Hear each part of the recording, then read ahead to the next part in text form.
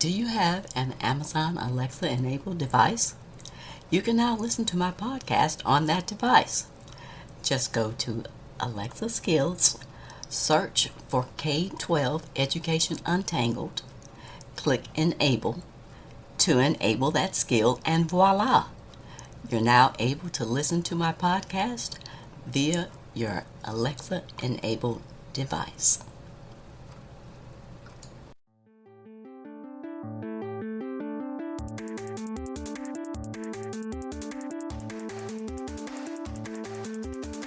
Welcome to another episode of K-12 Education Untangled. My name is Dr. Kim Fields, education researcher and advocate, and I'm the host of this podcast. In today's episode, I will be highlighting some of the controversies surrounding curriculum restrictions, better known as book banning. Keeping up with curriculum requirements and changes for your children who are in public school system can be a daunting task. Reviewing the reading lists and ensuring the books help to expand your child's understanding of the world can be overwhelming.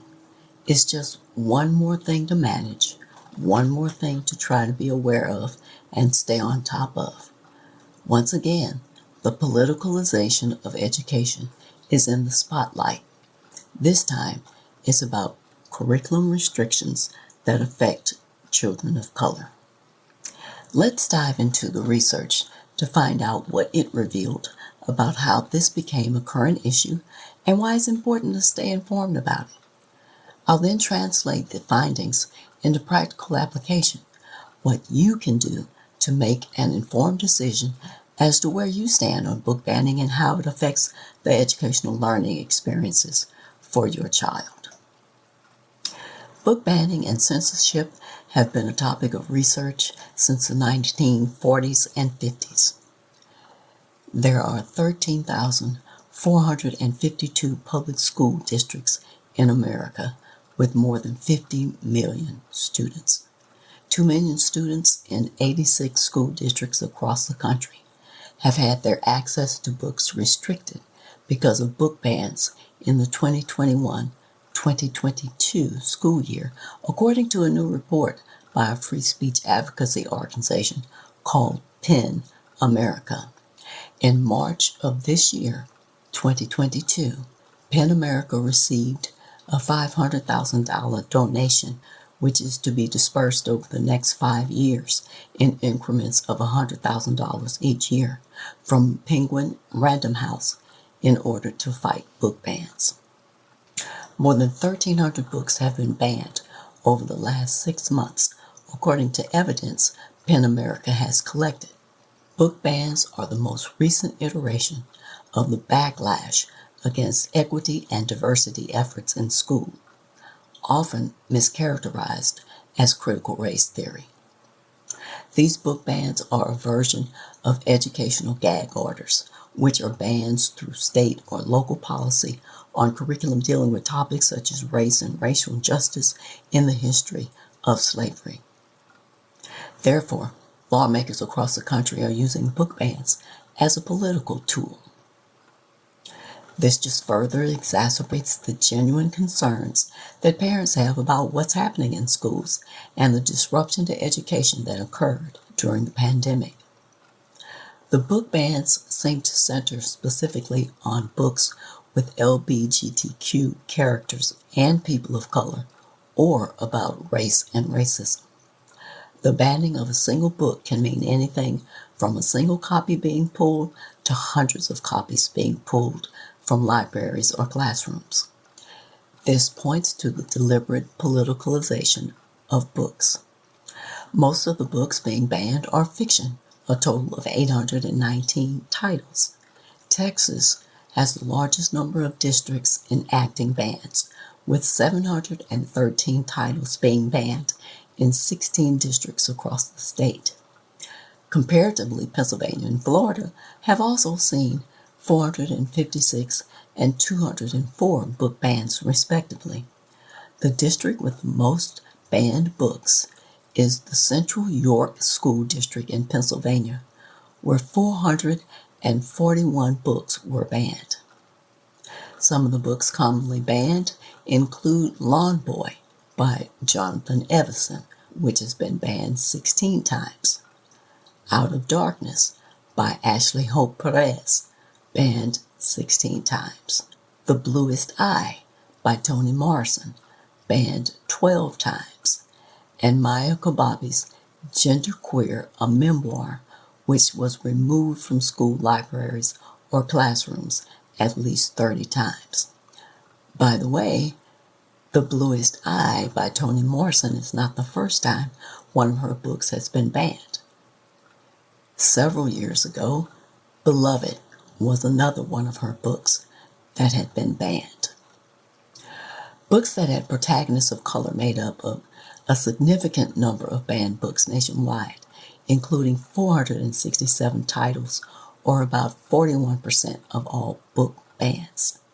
Books about race and racism were commonly banned, according to more than one researcher, and this accounted for more than a fifth of all bans.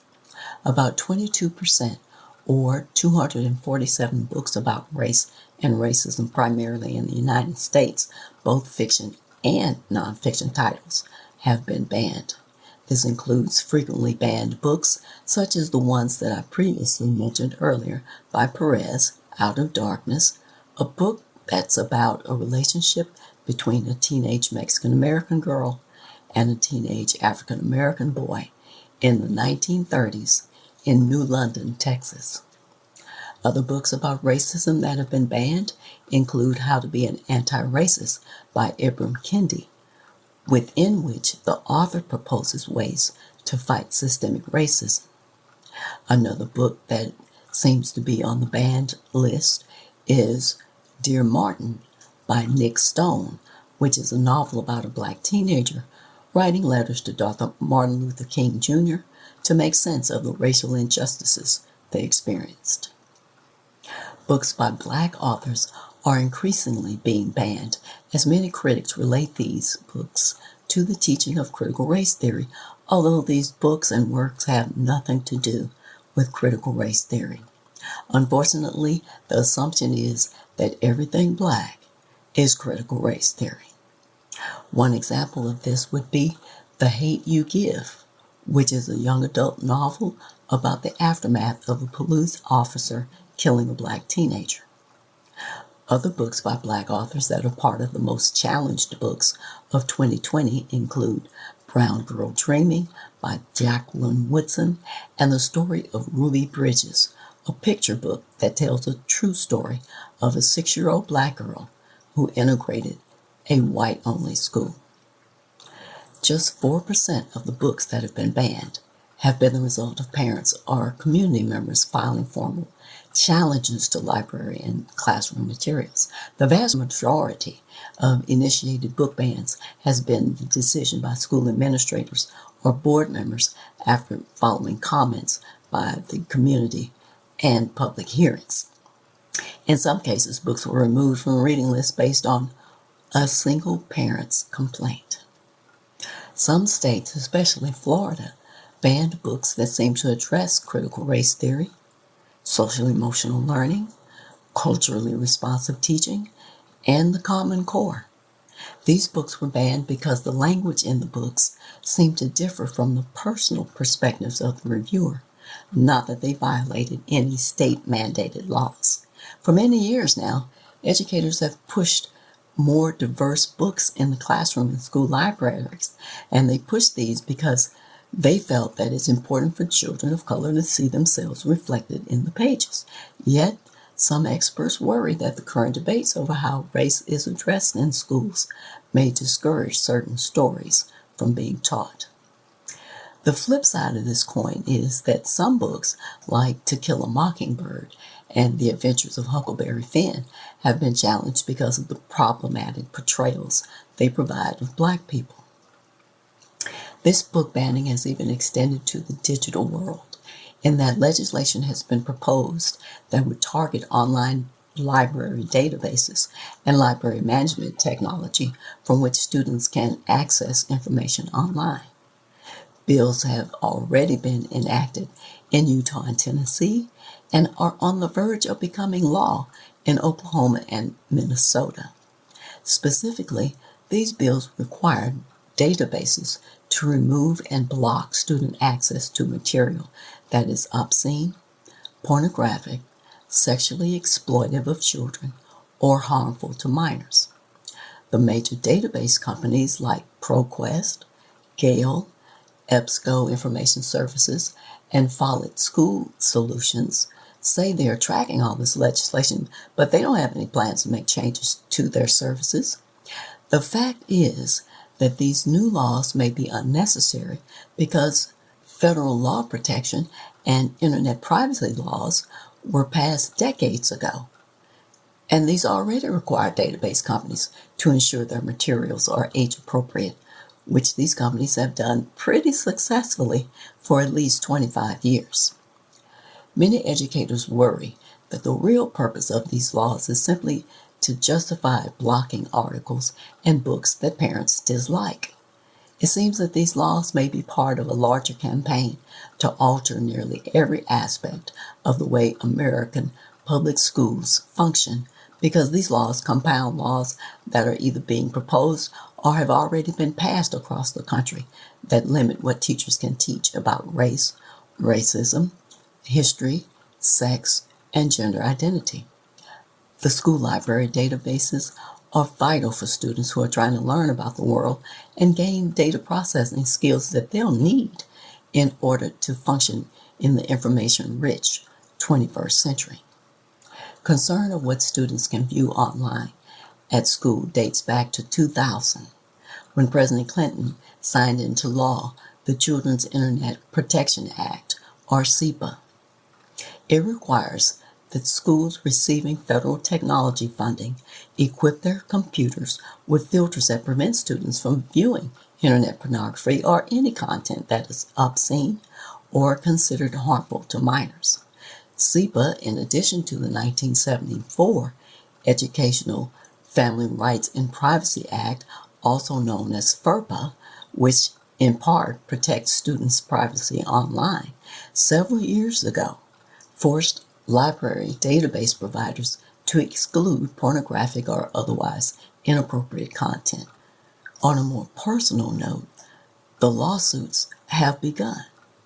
2 students have partnered with the American Civil Liberties Union of Missouri, suing the school district over 8 books that were pulled from shelves of their school district libraries.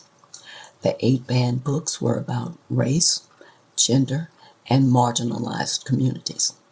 By way of the law, the First Amendment protects the right to share ideas, including the right of people to receive information and knowledge. The ACLU of Missouri filed a lawsuit in the Eastern District of Missouri on February 15, 2022, on behalf of 2 students by and through their parents. The banned books include some of the ones that I've already mentioned, including The Bluest Eye by Toni Morrison, Lawn Boy by Jonathan Evison, and Invisible Girl by Lisa Jewell. At least 10% of the students enrolled in the Wentzville School District in Missouri are not white, although the school board is 100% white. Like most parents, you want to support your children on their educational and self-development journey. It is a balancing act of how best to nurture and protect your kids in the midst of being impacted by racial, cultural, and gender assaults on their identities. Here are some strategies to practically fight book bans in your school district. Find parental training groups that teach parents how to lobby school members and the board members, as well as school leaders. One national advocacy network is the Red, Wine, and Blue, which offers tips on how to rally parents to speak up at public school board meetings. And this group and others like it may be available in your part of the country. 2, communicate directly with school officials about speaking out against the book bans. And 3, make banned books more widely available by starting book clubs where you read the banned books with your children, or by creating a diversity book drive. Here are today's takeaways. Books should be both windows and mirrors, and they should expose readers to new worlds and perspectives while also reflecting their own experiences. Books are designed to expand our ideas and thoughts, to engage us in debate and an exchange of ideas. Students are more likely to want to read books they can relate to. If the goal is to create readers who want to read and find reading a source of affirmation, then the materials that are available to them should be as expansive as possible. The status quo is a quite comfortable position. There are people who don't want to be uncomfortable. They don't want to have to turn and face and confront the history of this country. However, children are aware of race, and I think it's the responsibility of educators and teachers to make classrooms a place where crucial conversations can take place, and the discourse and the dialogue that's needed is taught so the young people are broadly educated before going out into the world. It's important to remember that banning books doesn't keep a teenager from reading them. In fact, they become highly sought after, as well as more attractive just because they're on the banned book list. Be aware of the covert agendas of certain groups who insist on pushing their agenda on the entire population. I think that children naturally grow into an awareness of gender and or sexual identity as they mature. There's no need to provide books and resources on the framing of certain gender or sexual identity issues at a young age. Certainly by the time the child is in middle school, they are aware of their sense of self without forcing the issue. I think the books that address LGBTQ subject matter can certainly be available for children in this type of reading. However, I don't think that kids should be required to read books of this nature as part of the K-5 public school curriculum. If parents want their children to read books of this nature, they're certainly free to acquire or purchase these books for their children's personal reading. On the other hand, books about race, culture, or children of color should not be banned because we live in a diverse society founded upon the social construct of race in this country. Parents should speak up against the banning of books about children of color. Unfortunately, censorship and book banning will eventually work because too many teachers and leaders do not feel efficacious enough to speak up about censoring bodies and speak against those censoring bodies because they love their jobs too much. An article by Emily Knox in the April 2020 edition of the Phi Delta Kappan Journal highlighted that the efforts to remove certain books from schools are rooted in a strong belief in the power of books to introduce people to new ideas and change their minds. Those that challenge books, and in fact propose to ban certain books, understand the power of books, and it is this belief that motivates their actions. The practice of censorship is a complex phenomenon that is intimately related to how people interpret certain texts. Many of the people who have proposed banning certain books haven't even read the book in its entirety.